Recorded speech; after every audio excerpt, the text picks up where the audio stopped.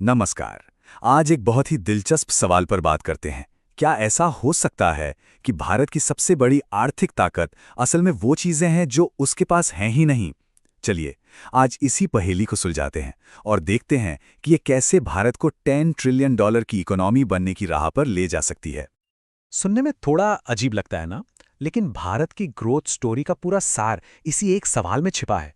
ये इस बारे में नहीं है कि भारत के पास आज क्या है, बल्कि इस बारे में है कि करोड़ों भारतीय पहली बार क्या हासिल करने वाले हैं। तो चलिए, इसी आइडिया में थोड़ा और गहरा उतरते हैं। हम ये पता लगाएंगे कि जिन चीजों की भारत में अभी कमी है, वही उसके असाधारण विकास की सबसे बड़ी वजह कैसे बन सकती हैं। इस पूरी कहानी का जो इंजन है वो है पेनिट्रेशन ड्रिवन ग्रोथ। इसका सीधा सा मतलब है, जब करोड़ों लोग पहली बार कोई चीज खरीदते हैं, चाहे वो कार हो, क्रेडिट कार्ड हो या फिर बीमा, असली ताकत यहीं से आती है। तो सवाल ये है कि ये मौका आखिर है कितना बड़ा। चलिए देखते हैं, भारत और बाकी दुनिया के बीच का ये फासला वाकई चौंकाने वाला है।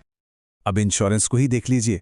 भारत में इसकी पैठ जीडीपी का सिर्फ 4% है, जबकि विकसित बाजारों में ये 11% तक पहुंच चुकी है। ये लगभग 3 गुना का अंतर है, यानी ग्रोथ के लिए एक बहुत बड़ा रनवे। और क्रेडिट कार्ड्स का क्या?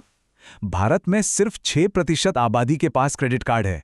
जरा इसकी तुलना अमेरिका, ब्रिटेन या जापान से कीजिए, जहां ये आंकड़ा 65% से भी ज्यादा है।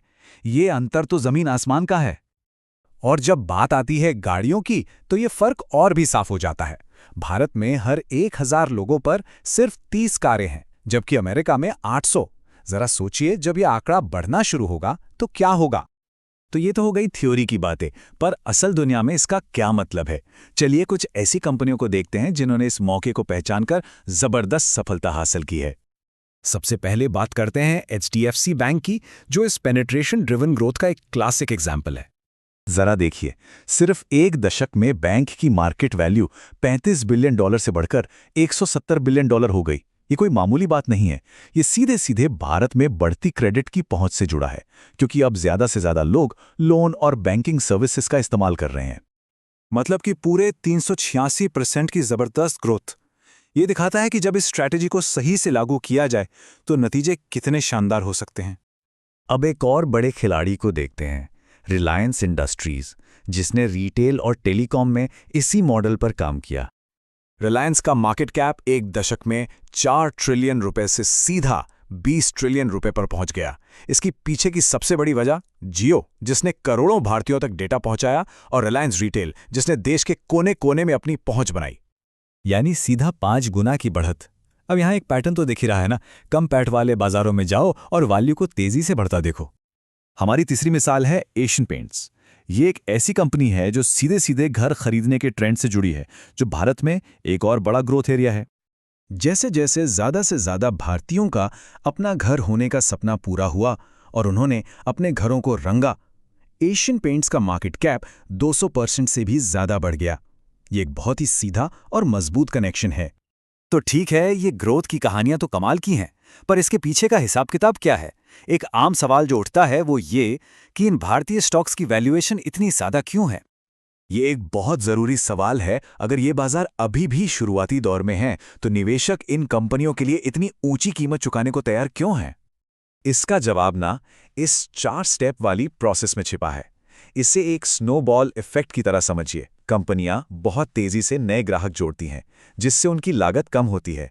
वो बाजार पर कब्जा कर लेती हैं, जिससे उनका मुनाफा असाधारण रूप से बढ़ता है। और निवेशक इसी भविष्य की ग्रोथ के लिए आज प्रीमियम देने को तैयार रहते हैं। और ये रहे वो नंबर्स जो पूरी कहानी बयां करते हैं। भारतीय कंपनियां हर साल 15 से 25% की दर से प्रॉफिट बढ़ा रही हैं, जबकि विकसित बाजारों में ये ग्रोथ सिर्फ 5 से 8% है। यही वो फर्क है जो ऊंची वैल्यूएशन को सही ठहराता है। अब चलिए जरा आगे देखते हैं और ये समझने की कोशिश करते हैं कि अगले 10 सालों में ये कहानी कहाँ जा सकती है। अनुमान है कि अगले दशक में बीमा बाजार 3 गुना हो सकता है और क्रेडिट कार्ड बाजार लगभग 4 गुना।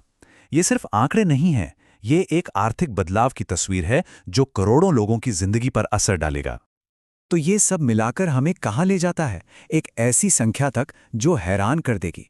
अनुमान है कि भारत का कुल इक्विटी मार्केट कैप, जो आज लगभग $4.5 ट्रिलियन है, एक दशक के अंदर 12 से 15 ट्रिलियन डॉलर तक पहुंच सकता है।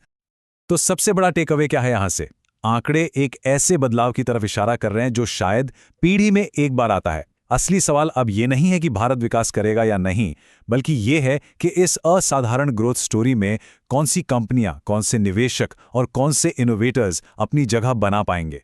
भविष्य की पटकथा लिखी जा रही है और पूरी दुनिया की नजरें इस पर हैं।